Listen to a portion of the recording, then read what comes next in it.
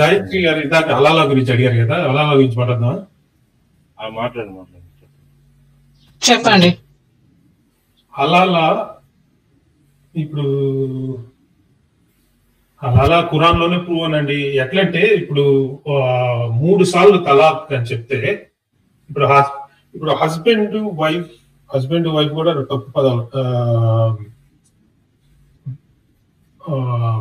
భర్త భార్యని కాంట్రాక్ట్ నికా చేసుకోండి. నికా ఏంటంటే ఒక కాంట్రాక్చువల్ అగ్రిమెంట్ అనమాట.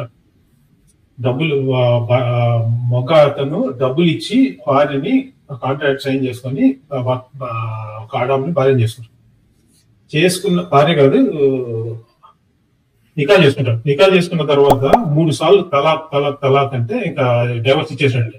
భర్త భార్యకి మాత్రమే తలాక్ ఇయ్యగలడు, భార్య భర్తకి తలాక్ ఇయ్యలేదు. ఇస్లాంలో భార్య భర్తకి తలాక్ ఇయ్యలేదు, భర్త భార్యకి ఇయ్యగలడు. తలాక్ 3 సార్లు చెప్తే అయిపోయింది, కానీ భార్య ఇయ్యలేదు భర్తకి. అర్థమైందా? అర్థమైంది. భార్యకి ఆ హక్కు లేదు, భర్తకు హక్కు ఉంది. ఓకే, సో 3 సార్లు తలాక్ అంటే విడాకులు అయిపోయినట్టే. నోటితో అంటే చాలు విడాకులు అయిపోయినట్టే. సో అలా ఏం చెప్తానంటే, ఒకసారి విడాకులు ఇచ్చేస్తే 3 సార్లు తలాక్ అని చెప్తే ఆ ఆడది ఆ భర్తకి హరాం, ఇల్లీగల్. ఇంకా నువ్వు ఏ కాంటాక్ట్ లేదు, ఏ అగ్రిమెంట్ లేదు, ఏ కనెక్షన్ లేదు. ఇన్ఫాక్ట్ నువ్వు ఆ భార్యతో మళ్ళా నికా చేసుకోవడానికి అలౌడ్ కాదు, ఆ భార్యతో పడుకోవడానికి అలౌడ్ కాదు, ఏ రిలేషన్ పెట్టుకోవడానికి అలౌడ్ కాదు.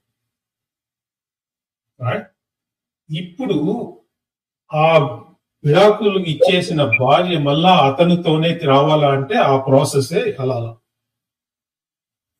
హలాలా చేసుకుంటే మాత్రమే అమ్మాయి ఆడది మళ్ళా హలాల్ అవుతుంది. హలాలా అంటే హలాల్ అయ్యే ప్రాసెస్ ని హలాలా అంటారు.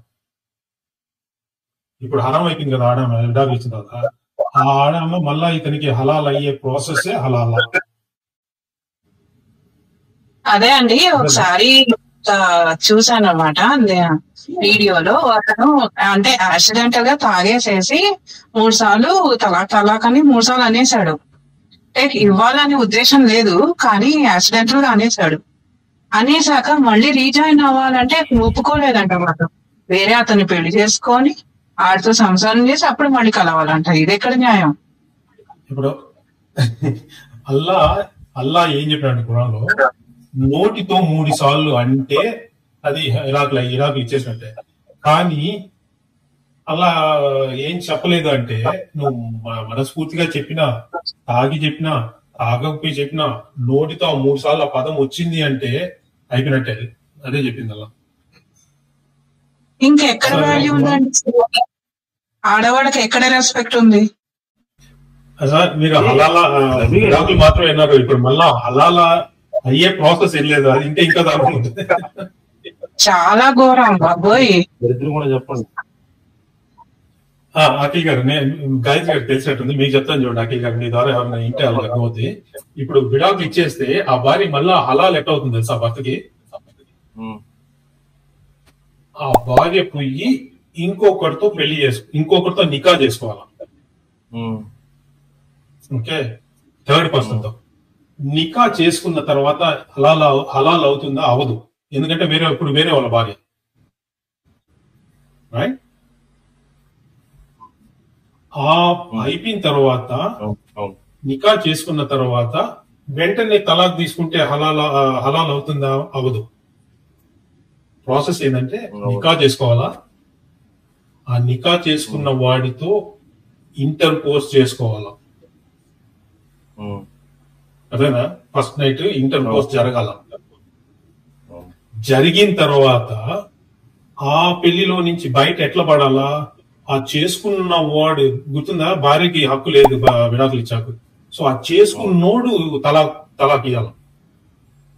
3 సార్లు తలాక్ అన్నా చెప్పాలా, లేదా అగ్రిమెంట్ తలాక్ అన్నా ఇయ్యాల, డైవర్స్ ఇయ్యాలి. వాడు ఇస్తాడా ఈయన అంటే వాడి ఇష్టం.